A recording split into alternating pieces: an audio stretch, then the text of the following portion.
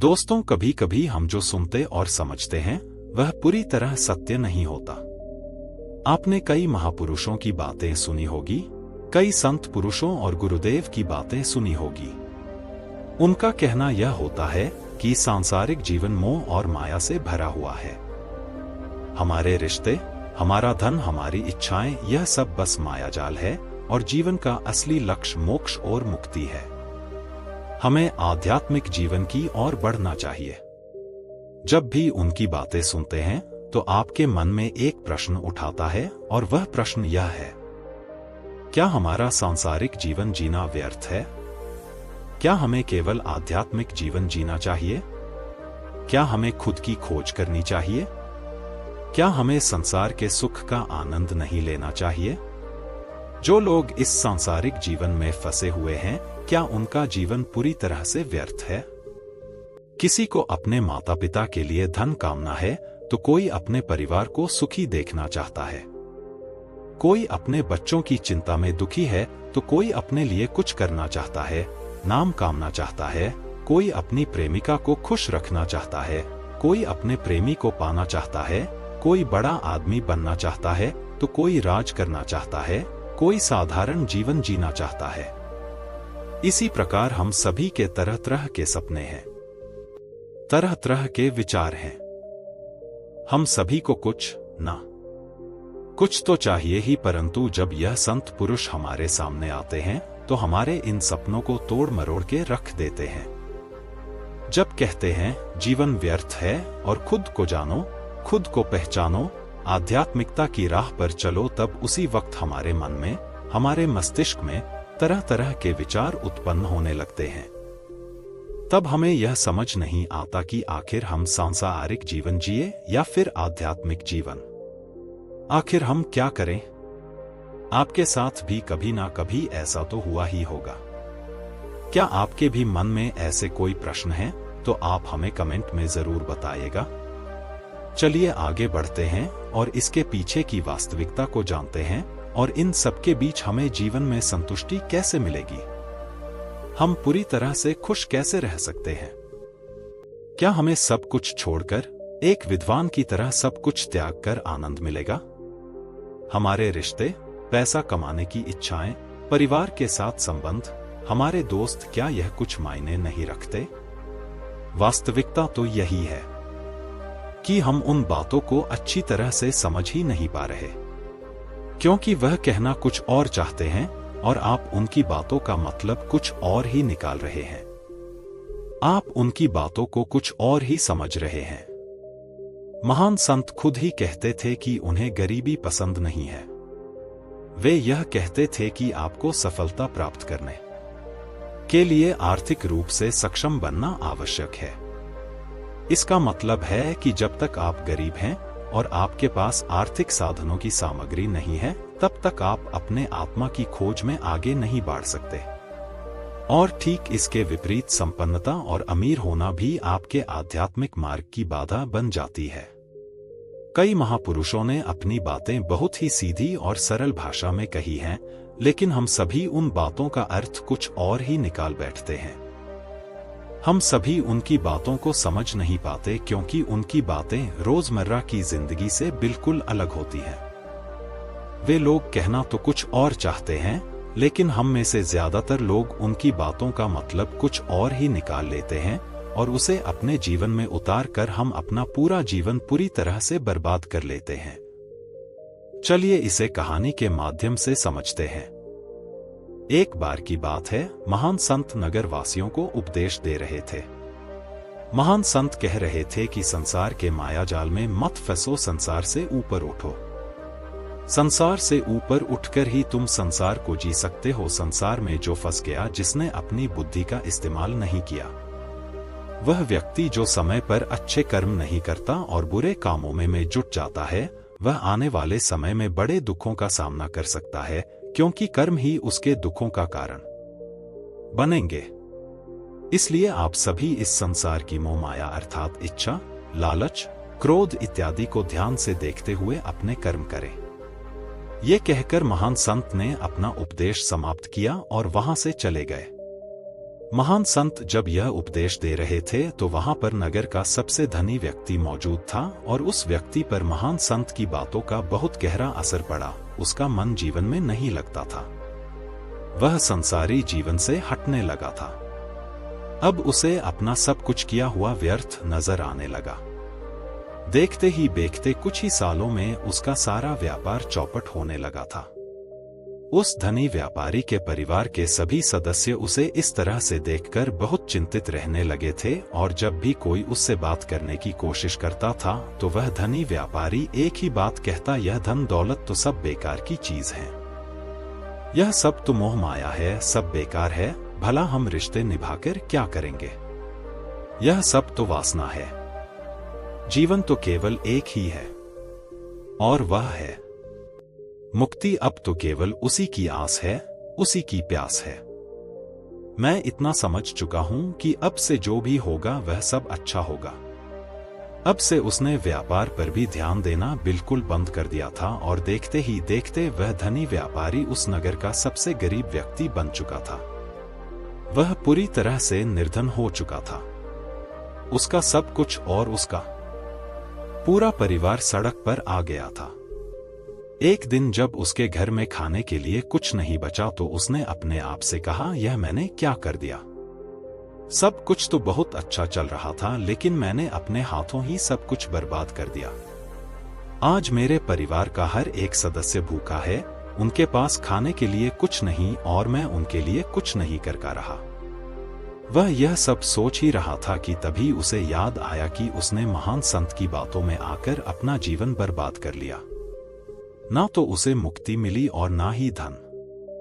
वह सोच रहा था, मैं तो कहीं का नहीं रहा, थोड़े थोड़े भोजन के लिए भी आज मुझे रोज मरना पड़ता है। हर रोज मुझे मेहनत करनी पड़ती है, तब जाकर मेरे परिवार को 2 वक्त की रोटी मिल पाती है। अपने परिवार की इस तरह से बुरी हालत देखकर उससे रहा नहीं गया। वह बहुत चिंतित रहने लगा था, वह बहुत परेशान हो चुका था। एक दिन वह अपने घर से भाग गया। रास्ते में जब वह आगे बढ़ रहा था तब उसके मन में ख्याल आया कि वह कहाँ जाएगा, किससे मदद मांगेगा, आखिर अब उसका साथ कौन देगा। तभी उसे याद आया कि उसे महान संत के पास ही जाना चाहिए, क्योंकि संत के कारण ही आज उसकी यह हालात है। उसके हालात के जिम्मेदार तो वही है। मैं तो सीधा सीधा अपने मार्ग पर जा रहा था, लगातार अपने व्यापार में उन्नति कर रहा था। लेकिन जब से मैंने उनकी बातें सुनी तब से मेरा मन विचलित हो गया। मुझे समझ नहीं आया कि मैं जो जीवन जी रहा था क्या वह सत्य है या फिर जो जी रहा हूं वह सत्य। आपकी बातों में आके मैंने अपना सब कुछ बर्बाद कर दिया। मेरे हालात के जिम्मेदार तो वह है, इसलिए मुझे उनके पास ही जाना चाहिए। अपने मन में क्रोध लिए 2 दिनों की लंबी यात्रा करके महान संत के पास पहुंचा और क्रोध में आकर महान संत से कहता है, संत आपको कोई ज्ञान नहीं, आपने सत्य की प्राप्ति की है। आप तो केवल भोले भाले लोगों को फंसाना जानते हैं, अपनी चिकनी चुपड़ी बातों में उन्हें बहलाना जानते हैं। आप लोगों के सीधेपन का फायदा उठाकर अपनी प्रसिद्धि और अपनी प्रशंसा करवाते हैं। आप हमें ऐसे सपने दिखते हैं जो कभी पूरे नहीं हो सकते। मैं भी ऐसा ही एक सीधा साधा व्यक्ति था और मैं उस नगर का सबसे बड़ा धनी व्यक्ति था। आपसे मिलने से पहले सब कुछ ठीक चल रहा था। मेरे पास धन की कोई कमी नहीं थी, सारे ऐशो आराम थे, सारी सुख सुविधाएं थी। लेकिन जब से मैंने आपका उपदेश सुना मैं आपसे इतना प्रभावित हो गया कि मैंने आपकी बातों को ही मानना शुरू कर दिया और वो सारी चीज छोड़ दी जो मुझे संसारी जीवन से जोड़ती थी, अर्थात संसार की सारी मोह माया मैंने त्याग दी। और आज देखिए, आपकी वजह से मेरा पूरा परिवार भिखारी बन चुका है। वह छोटी सी कुटिया में रहते हैं, यहां तक कि रोज के खाने के लिए भी हमें तिल तिल मरना पड़ता है। आपकी वजह से मैं पूरी तरह से बर्बाद हो चुका हूं। उस व्यक्ति के इतना सुनने के बाद महान संत मुस्कुराते हुए उस व्यक्ति से कहते हैं, आखिर तुम्हारे साथ क्या हुआ है और तुमने मेरी बातों का क्या मतलब निकाला? इस पर वह व्यक्ति महान संत को सारी बातें बता देता है। आप कहते हैं कि धन दौलत की इच्छा करना, यह कामना, यह वासना बुरी है। आप सांसारिक जीवन को बुरा कहते हैं और खुद इस संसार में आकर भिक्षा मांगते हैं। आप आध्यात्मिक जीवन को अच्छा बताते हैं, किंतु मेरा एक प्रश्न है, इस आध्यात्मिक जीवन से हमें क्या मिलता है, इससे हमें क्या लाभ? आपने कहा था कि हमें आध्यात्मिक जीवन से सुख प्राप्त होता है, लेकिन मैंने तो जब से आध्यात्मिक जीवन अपनाया है तब से मुझे केवल दुख ही दुख मिला है। यहां तक मेरे पास जो कुछ भी था वह भी सब मैं खो बैठा हूं। आप लोगों को झूठे सुख दिखाकर उन्हें अंधकार में धकेल देते हैं, क्या यह वास्तविकता? इस पर महान संत मुस्कुराते हुए उसे व्यक्ति से कहते हैं, बेटा तुम बहुत दूर से आए हो, अभी तुम विश्राम करो, कल मैं तुम्हें तुम्हारे सभी प्रश्नों का जवाब दे दूंगा। पहले तो उस व्यक्ति ने इनकार किया, लेकिन महान संत के आग्रह पर वह व्यक्ति महान संत की बात मान गया और आश्रम में जाकर विश्राम करने लगा। दूसरे दिन महान संत व्यक्ति के पास आए और कहा, बेटा मैंने एक व्यक्ति की बात सुनी। वह कह रहा था कि एक हाथी हवा में उड़ रहा था और वह अपने पर तेजी से मारता हुआ हवा में उड़ा जा रहा था। उसने तो यह भी देखा कि एक बड़ी मछली अपने पैरों से जमीन पर चल रही थी और एक कुत्ता समुद्र की गहराइयों में सांस ले रहा था। इतना कहकर महान संत शांत हो गए। महान संत की सारी बातें सुनकर महान संत से कहता है, हे तथागत, उसके आगे क्या हुआ? आखिर आप चुप क्यों हो गए? तभी महान संत उस व्यक्ति को समझाते हुए कहते हैं, बेटा क्या ऐसा वास्तव में हो सकता है? इस पर व्यक्ति जवाब देते हुए कहता है, संत, अगर आप कह रहे हैं तो यह अवश्य ही सच होगा, क्योंकि आप इतने बड़े ज्ञानी हैं, आपने सत्य की प्रताप की है, तो आपके मुख से निकला हर एक शब्द तो सत्य ही होगा। तभी महान संत मुस्कुराते हुए उस व्यक्ति से कहते हैं, बेटा क्या तुमने कभी पहले ऐसा कभी होते हुए देखा है? क्या तुमने कभी किसी हाथी को देखा है जो पर के साथ हवा में तेजी से उड़ता जा रहा हो? इसके जवाब में वह व्यक्ति कहता है, तथागत मैंने तो कभी नहीं देखा। तभी महान संत कहते हैं, तुमने मुझे से प्रश्न क्यों नहीं किया कि आखिर वह हाथी आकाश में कैसे उड़ सकता है? इसके जवाब में व्यक्ति कहता है तथागत, आपके मुख से सुनकर मुझे ऐसा लगा कि मानो वह सत्य हो और आप कह रहे हैं तो यह सत्य ही होगा, इसलिए मैंने आपसे एक भी बार प्रश्न नहीं किया। तभी महान संत उस व्यक्ति को समझते हुए कहते हैं, कभी किसी की बातों पर मत जाना, बल्कि खुद विचार करो, स्वयं सोचो कि उस बात में कितनी सच्चाई है। जो व्यक्ति कह रहा है, क्या वह सच है? आखिर वह कहना क्या चाहता है? हो सकता है कि वह कुछ और कहना चाहता हो और तुम उसका अर्थ कुछ और ही निकाल रहे हो। कम से कम तुम्हें एक बार प्रश्न करके यह समझना तो चाहिए कि आखिर वह कहना क्या चाहता है। अगर तुम मुझे पूछते कि आखिर वह हाथी हवा में कैसे उड़ सकता है, तो इसका जवाब मैं तुम्हें अवश्य देता। मैं तुम्हें ऐसा बताता कि एक छोटा सा बच्चा अपने खिलौने के साथ खेल रहा है, वह हाथी को हवा में उड़ा रहा है और कुत्ते को पानी में डूबा रहा है, और रही बात मछली की तो वह उसे जमीन पर चला रहा है। क्या ऐसा संभव नहीं हो सकता? इसके जवाब में व्यक्ति कहता है, हाँ बिल्कुल ऐसा हो सकता है। कि महान संत उस व्यक्ति को कहते हैं, इसी प्रकार मैं कभी किसी को निर्धन या गरीब होने के लिए नहीं कहता। निर्धनता या गरीबी तुम्हारे विकास में बाधक बन जाती है, जिससे तुम और कुछ नहीं सोच पाते, ना कुछ समझ पाते हो। इन भिक्षुओं को देखो, जब इन्हें भोजन की आवश्यकता होती है तो यह भिक्षा मांगने के लिए निकाल पड़ते हैं, लेकिन यह भिक्षा कहां से आई है? इसके जवाब में व्यक्ति कहता है, हे तथागत, हर कोई रोज मेहनत करता है ताकि उसके परिवार का पालन पोषण हो सके, और जो वह मेहनत करता है उसके बदले में उसे कुछ पैसे मिलते हैं। उन पैसों से वे भोजन खरीदता है और वही भोजन वह आपको भी सौंपता है, और वहीं से भिक्षा आई है। तभी महान संत उसे व्यक्ति से एक और प्रश्न करते हैं, बेटा यह बात तो सत्य है, लेकिन तुम क्या मुझे यह बता सकते हो कि आखिर यह धन कहां से आता है? इसका जवाब देते हुए व्यक्ति कहता है, तथागत, धन तो सभी लोग अर्जित करते हैं, सभी कमाते हैं।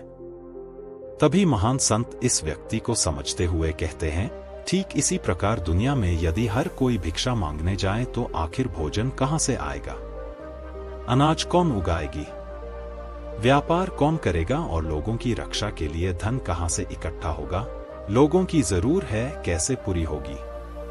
यह सुनकर व्यक्ति थोड़ा सा अचरज में पड़ गया और महान संत से कहता है, किंतु है तथागत, आप ही तो कहते हैं कि मनुष्य की कामना और वासना, लालच और क्रोध यह सभी मनुष्य के विकार हैं और हमें इससे दूर रहना चाहिए, तभी वह आत्मज्ञानी कहलाता है। तभी महान संत कहते हैं, बेटा मैं तो अभी भी यही कह रहा हूं कि मनुष्य को इन सब चीजों से दूर रहना चाहिए। इस पर व्यक्ति महान संत की बात काटते हुए कहता है, तथागत, पर दुनिया तो इसी पर चल रही है, इसके बिना भला यह संसार कैसे चल सकता है? हर किसी को पैसों की जरूर है, बिना पैसों के वह अपने परिवार को नहीं चला सकता, वह अपने परिवार का पालन पोषण नहीं कर सकता, वह अपने परिवार के लिए भोजन नहीं ला सकता और यदि वह पैसे नहीं कमेगा तो वह भूखा मार जाएगा। तभी महान संत कहते हैं, बेटा यह संसार इन चीजों से नहीं चल रहा है, इन चीजों से बिगड़ रहा है। इस पर व्यक्ति कहता है, ए तथागत, आखिर आप क्या कहना चाहते हैं? मैं आपकी बात समझ नहीं पा रहा। संसार में इच्छा, कामना, वासना और क्रोध ही तो है, और जब हम इनका त्याग कर देते हैं तब हम अध्यात्म के मार्ग की ओर आगे बढ़ते हैं, अर्थात मुक्ति के मार्ग पर, यानी कि हम मार्ग पर चलते हैं। इस पर महान संत जवाब देते हुए कहते हैं, बेटा तुमने जो कुछ कहा वह भी एक बहुत बड़ा सत्य है। इच्छा, कामना, वासना और क्रोध, ऐसे ही बुरी भावनाओं को छोड़ देने से हम संसार छोड़कर सन्यासी हो जाते हैं और इन्हीं सभी चीजों को छोड़कर भी हम संसार में जी सकते हैं, धन कमा सकते हैं, मान पद, प्रतिष्ठा और सम्मान कमा सकते हैं, क्योंकि हम सब अपना कर्म ही तो कर रहे हैं। एक किसान खेती करता है पर वह अपनी खेती बिना बुरी भावनाओं के कर सकता है। एक व्यापारी व्यापार करता है और इस व्यापार में चीजों को यहां से वहां पहुंचाना होता है और वह व्यापारी इन चीजों को बिना बुरी भावना के कर सकता है। ठीक इस प्रकार राजा भी अपनी प्रजा की रक्षा करता है और वह भी अपने कर्म बिना किसी बुरी भावना के कर सकता है, और एक भिक्षु इन सभी लोगों को सही कार्य करने के लिए मार्गदर्शन करते हैं। जो उस भिक्षु का कर्म है, जो उसका कार्य है, और जो व्यक्ति जागृत होकर अपने कर्मों का सही पालन करता है, वास्तविकता में वही सन्यासी है, वही भिक्षु है। क्योंकि हम जो भी कर्म कर रहे हैं वह हमारा इस संसार में रहने के लिए, जीवित होने के लिए, जीवन जीने के लिए केवल एक माध्यम ही है, उसे छोड़ हम कुछ भी नहीं कर सकते। और हमारे सभी कर्म करते हुए हमारा मुख्य उद्देश्य जागृत होना है, खुद को पहचाना है, खुद को जानना है। एक ज्ञान का उदय हो गया तब हम चाहे जो भी करें, वह फिर संसारी हो या सन्यासी, सब एक ही होते हैं। इस पर व्यक्ति महान संत से कहता है संत, किंतु मैंने तो देखा है कि आप अपने संग में उन लोगों को भी शामिल कर लेते हैं जो लोग अपने परिवार को छोड़कर आए, अपने माता पिता को छोड़कर आए हैं, अपने बीवी बच्चों को छोड़कर आए हैं। क्या आप उनसे कभी यह कहते हैं कि जाकर अपनी जिम्मेदारियां पूरी करो? जाओ, अपनी जिम्मेदारियां संभालो और धन कमाओ और वहीं पर रहकर तुम आत्मज्ञान प्राप्त करो। उस व्यक्ति के प्रश्न का जवाब देते हुए महान संत कहते हैं, भक्ति क्या तुम शांति को हवा में उड़ा सकते हो? इसके जवाब में वह व्यक्ति कहता है, नहीं, मैं नहीं उड़ा सकता। तभी महान संत कहते हैं, केवल एक बच्चा ही हाथी को हवा में उड़ा सकता है। ठीक उसी प्रकार जिस व्यक्ति को जो बनना है वह तो वह बनकर ही रहेगा। जैसे किसी व्यक्ति को राजा बनना है तो वह राजा बनेगा, किसी व्यक्ति को व्यापारी बनना है तो वह व्यापारी बनेगा। ठीक इसी प्रकार यदि किसी व्यक्ति को आत्मज्ञान की प्राप्ति करनी है तो उसे सब कुछ तो त्यागना ही होगा। आगे महान संत उस व्यक्ति से कहते हैं, बेटा क्या तुम सब कुछ छोड़ आत्मज्ञान के मार्ग पर आगे बढ़ते, या फिर तुम यह सोच रहे थे कि इस रास्ते पर चलकर जीवन आसान हो जाएगा, जो होगा सब अच्छा होगा, सब कुछ अपने आप ही मिलने लगेगा, मुझे तो कुछ करने की आवश्यकता ही नहीं पड़ेगी। सारे दुख दर्द सब कुछ समाप्त हो जाएगा और जीवन में चमत्कार होने लगेगा और अंत में मुक्ति भी मिल जाएगी। महान संत की यह बात सुनकर उस व्यक्ति को अपनी गलती का एहसास हो गया। पदोन्नति महान संत के चरणों में गिर पड़ा और कहने लगा, हे तथागत, आप सत्य कहते हैं। मैंने तो कुछ ऐसा ही सोचा था, क्योंकि मेरा व्यापार सही नहीं चल रहा था तो मुझे लगा कि सब कुछ छोड़कर सब मिल जाएगा, मुझे कुछ करने की आवश्यकता ही नहीं पड़ेगी और मेरे सारे दुख दर्द हमेशा हमेशा के लिए खत्म हो जाएंगे और मैं आत्मज्ञान भी प्राप्त कर पाऊंगा। तभी महान संत उस व्यक्ति से कहते हैं, बेटा, भिक्षु हो जाना कोई आसान बात नहीं है, इसके लिए सब कुछ त्यागना पड़ता है। जिस तुम बहुत प्रेम करते हो वह सारी चीज तुमसे एक एक करके दूर हो जाती है। तो क्या तुम भिक्षु बनने के लिए तैयार हो? क्या तुम सब कुछ छोड़कर अध्यात्म के मार्ग में आगे बढ़ाना चाहते हो? इसके जवाब में व्यक्ति कहता है तथागत, मुझे मेरी गलती का एहसास हो चुका है, मुझे भिक्षु नहीं बनना, मैं तो व्यापारी ही ठीक हूं। मैं तो अपने संसारी जीवन में ही ठीक हूं, परंतु अब भी मेरे मन में एक प्रश्न शेष बचा है। अगर आपकी आज्ञा हो तो वह प्रश्न भी मैं आपसे पूछना चाहूंगा। तभी महान संत उसे आज्ञा देते हैं। इस पर व्यक्ति कहता है तथागत, आप ही तो कहते हैं कि धन नहीं कामना चाहिए। पद, प्रतिष्ठा, अहंकार हमें दुख की ओर ले जाते हैं और संसार में यही तो है और क्या है। यदि हमें सांसारिक जीवन जीना है तो हमें यह सब तो करना ही पड़ेगा। तभी महान संत मुस्कुराते हुए उसे व्यक्ति से कहते हैं, क्या तुम्हें भूख लगी है? इस पर व्यक्ति कहता है, संत, मुझे बहुत भूख लगी है।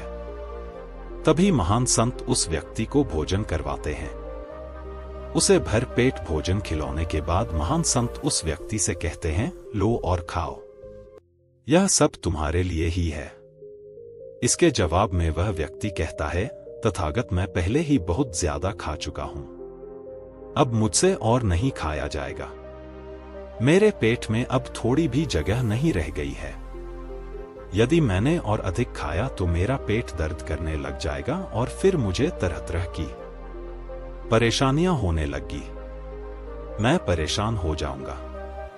तभी महान संत मुस्कुराते हुए उसे व्यक्ति से कहते हैं, बेटा, मैं तुम्हें यही समझने का प्रयास कर रहा हूं कि जितनी जरूर है उतना ही खाओ, उतना ही धन कमाओ जितने की तुम्हें आवश्यकता है, क्योंकि हर चीज जब हद से ज्यादा हो जाती है तो वह नुकसान जरूर पहुंचाती है। फिर वह चाहे धन हो, चाहे इच्छा, चाहे लालच या फिर काम या वासना, सब कुछ हद से ज्यादा आपको नुकसान ही पहुंचाएगा और यह सब आपको केवल दुख ही देंगे।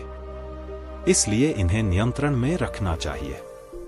जितने की हमें आवश्यकता है उतना ही हमें चाहिए, और जब आप इसे नियंत्रण में रखते हैं तो यह कभी आपको दुख नहीं दे पाएगा, आप हमेशा सुखी रहोगे। महान संत उस व्यक्ति से कहते हैं, भर दे धन कामना आवश्यक है, क्योंकि धन की ओर भोजन की कमी नहीं होनी चाहिए। किसी भी कार्य को करने के लिए मन में इच्छा की कमी नहीं होनी चाहिए, लेकिन इसी के साथ तुम्हें यह भी ध्यान रखना है कि इच्छा अत्यधिक भी नहीं होनी चाहिए। और मैं तुम्हें यही समझने का प्रयास कर रहा हूं, मैं तुम्हें यही ज्ञान देने का प्रयास कर रहा हूं कि मध्य में रहो, न कम न ज्यादा। इसलिए जाओ और धन कमाओ, व्यापार करो, अपने कर्म से न केवल अपना बल्कि दूसरों का भला भी करो। जब तुम अपने किए के सांसारिक कार्यों से लोगों का भला करते हो तब तुम में और किसी सन्यासी अर्थात किसी भिक्षु में कोई अंतर नहीं रह जाता। बस सभी के मार्ग अलग होते हैं, लेकिन मंजिल एक ही होती है और तुम कभी मार्ग से भटकना, जो इसलिए ऐसे लोगों की संगत में रहना जो तुम्हें आत्मज्ञान के सीधे मार्ग पर ले चले, जो सांसारिक जीवन से हटकर नए जीवन में प्रवेश करना, क्योंकि वे लोग बुराइयों से लड़ने में तुम्हारी मदद करेंगे।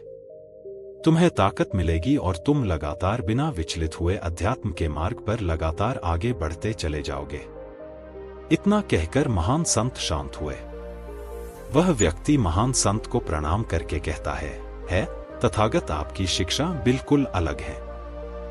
आप जो कहते हैं उसके पीछे का अर्थ कुछ अलग ही होता है, बहुत सीधा और सरल, लेकिन हम उसे समझ नहीं पाते। आपके पास चमत्कार, आश्वास नहीं है, पर आपके पास वह मार्ग है जिस मार्ग पर चलकर मैं अवश्य ही अध्यात्म को प्राप्त कर सकता हूं, जिससे मेरा और लोगों का सभी का भला होगा है। तथागत, यह मेरी ही गलती थी कि मैंने आपकी बातों का गलत मतलब निकाला और एक व्यापारी होकर भी मैंने अपने कर्म को छोड़ दिया और यह सोचने लगा कि अब अपने आप ही सब कुछ होगा, सब कुछ अच्छा ही होगा। लेकिन यह सत्य है कि अपने आप कुछ नहीं होता। जब हम हाथ पैर चलाएंगे, काम करेंगे, कर्म करेंगे, तभी हमें फल मिलेगा। जब हम हाथ पैर मारना छोड़ देते हैं तो नदी का बहाव हमें अपने साथ बहाकर ले चला जाता है और तब हमारे हाथों में कुछ नहीं रह जाता, और यही मेरे साथ भी हुआ है।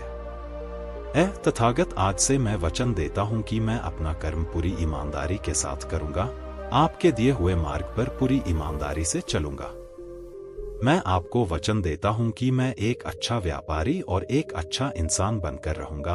मैं आत्मज्ञान के मार्ग पर अपने कर्म करते हुए आगे बढ़ता रहूंगा।